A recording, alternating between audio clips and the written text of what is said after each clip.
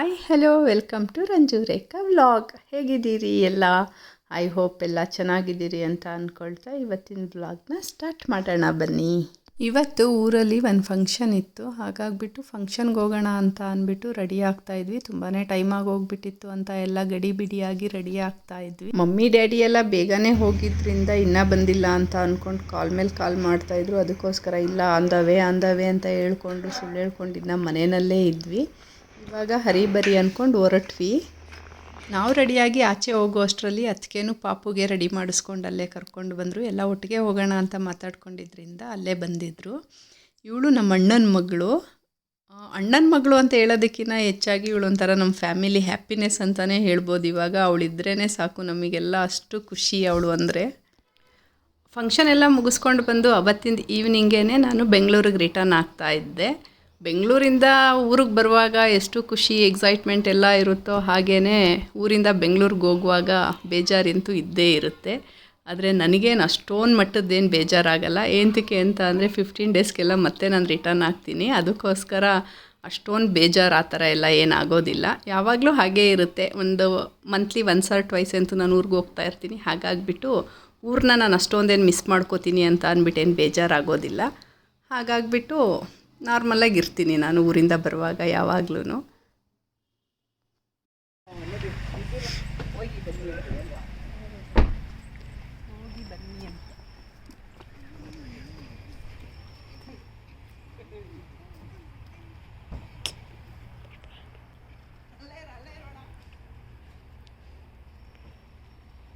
ಡ್ಯಾಡಿಗೆ ಸ್ವಲ್ಪ ಹಾಸನಲ್ಲಿ ಕೆಲಸ ಇದ್ದಿದ್ದರಿಂದ ಡ್ಯಾಡಿನೂ ಹಾಸನ ಹೋಗಬೇಕು ಅಂತ ಇದ್ದರು. ಅದಕ್ಕೆ ಹಾಗೆ ನಾವೇ ಆನ್ ದ ವೇ ಡ್ರಾಪ್ ಮಾಡ್ತೀವಿ ಅಂತ ಅಂದ್ಬಿಟ್ಟು ಡ್ಯಾಡಿನೂ ಕರ್ಕೊಂಡು ಬಂದ್ವಿ. ಅಲ್ಲೇ ಡ್ರಾಪ್ ಮಾಡಿಬಿಟ್ಟು ಹೋಗೋಣ ಅಂತ ಅಂದ್ಬಿಟ್ಟು.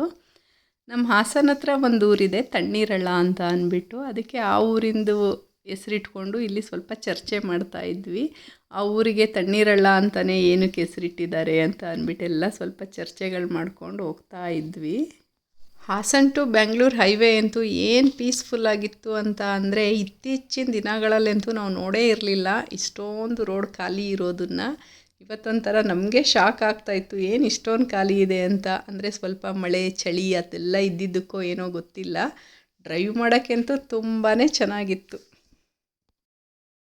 ಇದು ನಾವು ಊರಿಂದ ಬಂದು ನೆಕ್ಸ್ಟ್ ಡೇ ವಿಡಿಯೋ. ಊರಿಂದ ಅಂತೂ ಬಂದಿದ್ದಾಯಿತು. ಇವಾಗ ರಂಜುನ್ ಮೀಟ್ ಮಾಡೋದಕ್ಕೆ ಹೋಗಬೇಕಲ್ಲ, ಹಾಗೆ ನಾನು ರಂಜುನು ಮೀಟ್ ಮಾಡಿ ನಾವು ರಾಜಾಜಿನಗರ್ ಸೈಡ್ ಹೋಗ್ತಾ ಇದ್ವಿ. ಹಾಗೆ ನಮ್ಮ ಕಣ್ಣಿಗೆ ಬಿದ್ದಿದ್ದು ವೆನಿಲಾ ಬೇಕ್ರಿ ಆ್ಯಂಡ್ ಕೆಫೆ ಅಂತ ಅಂದ್ಬಿಟ್ಟು. ಯಾವುದೋ ಹೊಸ್ದಾಗಿ ಓಪನ್ ಆಗಿದೆಯಲ್ಲ ನೋಡೋಣ ಅಂತ ಅಂದ್ಕೊಂಡು ಒಳಗಡೆ ಹೋದ್ವಿ.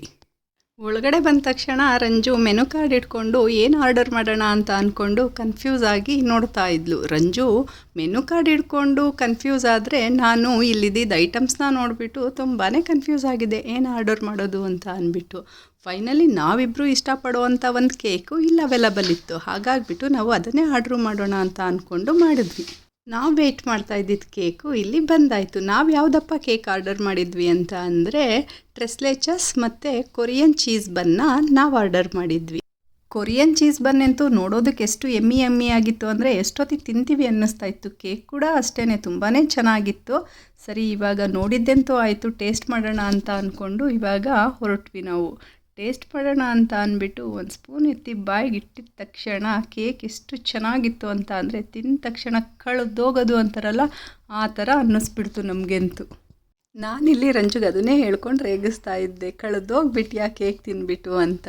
ಇವಾಗ ಕೊರಿಯನ್ ಚೀಸ್ ಬನ್ನ ಟೇಸ್ಟ್ ಮಾಡೋ ಟೈಮು, ನೋಡೋಣ ಅದು ಹೇಗಿದೆ ಅಂತ ಅಂದ್ಬಿಟ್ಟು. ರಂಜು ನನಗೆ ಅದನ್ನು ಒಂದು ಬೈಟ್ ಕೊಟ್ಟಳು ಹೇಗಿದೆ ಅಂತ ಅಂದ್ಬಿಟ್ಟು. ನನಗಂತೂ ಅದ್ರ ಚೀಸ್ ಕ್ವಾಲಿಟಿ ಆಗಲಿ ಬನ್ನಾಗಲಿ ತುಂಬಾ ಚೆನ್ನಾಗಿ ಅನ್ನಿಸ್ತಾಯಿತ್ತು. ನಾವು ಅದನ್ನೇ ಮಾತಾಡ್ಕೊಂಡು ತಿಂತಾಯಿದ್ವಿ.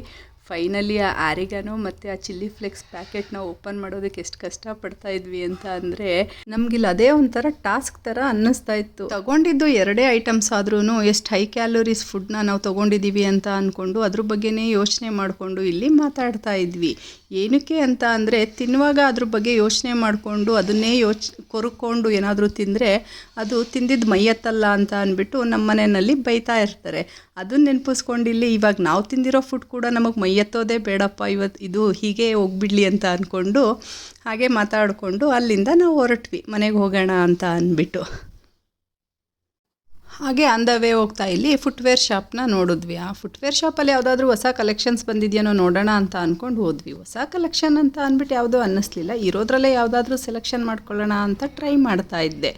ಆದರೆ ಇಲ್ಲಿ ನನಗೆ ಸೈಜು ಸೆಟ್ ಆಗ್ತಾ ಇರಲಿಲ್ಲ. ಅದಕ್ಕೇ ನೋಡೋಣ ಅಂತ ಅಂದ್ಕೊಂಡು ಹಾಕ್ಕೊಂಡು ಟ್ರೈ ಮಾಡೋಣ ಅಂತ ಟ್ರೈ ಮಾಡಿಕೊಂಡು ಅವರು ಇದರಲ್ಲಿ ಸ್ವಲ್ಪ ದೊಡ್ಡ ಸೈಜ್ ಇದ್ದರೆ ಕೊಡಿ ಅಂತ ಕೇಳ್ತಾ ಇದ್ದೆ. ಅವರಿಲ್ಲ ಮೇಡಮ್ ಇದೇ ಇರೋದು, ಎಲ್ಲ ಖಾಲಿ ಆಗಿಬಿಟ್ಟಿದೆ ಸ್ಟಾಕ್ ಅಂತ ಅಂದ್ಬಿಟ್ಟೆಲ್ಲ ಹೇಳ್ತಾಯಿದ್ರು. ಹಾಗಾಗಿಬಿಟ್ಟು ನಾನು ಟ್ರೈ ಮಾಡಿ ನೋಡ್ತಾ ಇದ್ದೆ. ಇಲ್ಲಿ ಏನು ಮಾಡೋದು, ನಮಗಿಷ್ಟ ಆಗೋದೆಲ್ಲ ಸೈಜ್ ಸಿಗೋದಿಲ್ಲ, ಸೈಜ್ ಸಿಗೋದೆಲ್ಲ ನಮಗಿಷ್ಟ ಆಗೋದಿಲ್ಲ. ಅದೇ ಅಲ್ವಾ ಪ್ರಾಬ್ಲಮ್ಮು. ಅದಕ್ಕೆ ಇಲ್ಲಿ ರಂಜು ರೇಗಿಸ್ತಾ ಇದ್ದಾಳೆ, ಬಾ ನಿನಗೆ ಸೈಜು ಸಿಗೋದಿಲ್ಲ, ನಿನಗೆ ಕಲೆಕ್ಷನ್ಸು ಸಿಗೋದಿಲ್ಲ, ನಿನಗೆ ಹೇಳ್ಬಿಟ್ಟು ಮ್ಯಾನುಫ್ಯಾಕ್ಚರ್ ಮಾಡಿಸ್ಬಿಟ್ಟು ತೊಗೊಂಡ್ರೆ ಆಯಿತು ಅಂತ. ಎಲ್ಲ ಮುಗಿಸ್ಕೊಂಡು ಹಾಗೆ ಆನ್ ದ ವೇ ಹೋಗ್ತಾ ಆರೆಂಜ್ ನೋಡಿದ್ವಿ. ಸರಿ ತೊಗೊಂಡು ಇವತ್ತಿನ ಡೇನ ಎಂಡ್ ಮಾಡೋಣ ಅಂತ ಅಂದ್ಕೊಂಡು ಆರೆಂಜ್ ತೊಗೋತಾ ಇದ್ವಿ. ನಮ್ಮ ವೀಡಿಯೋಸ್ ಎಲ್ಲ ನಿಮಗೆ ಇಷ್ಟ ಆದರೆ ಲೈಕ್ ಮಾಡಿ, ಶೇರ್ ಮಾಡಿ, ಕಮೆಂಟ್ ಮಾಡಿ, ನಮ್ಮ ಚಾನಲ್ನ ಸಬ್ಸ್ಕ್ರೈಬ್ ಮಾಡ್ಕೊಳ್ಳಿ.